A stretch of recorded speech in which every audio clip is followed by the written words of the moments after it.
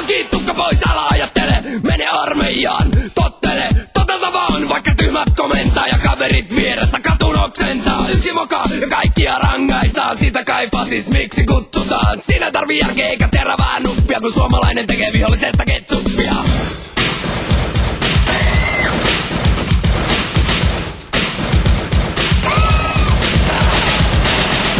Homonen ei mene armeijaan, mutta minä menen sieltä naisensa. Tule armeijaan, me teemme susta miehen. Älyllinen puoli taitaa jäädä puolitiehen. Yksi suomalaisen vie vaikka läpi kiven harmaan. Ainakin tykistössä aivan varmaan. Yksi suomalainen vasta 10 ryssää. Ei taida riittää, johonkin se tyssää. Koti uskonto ja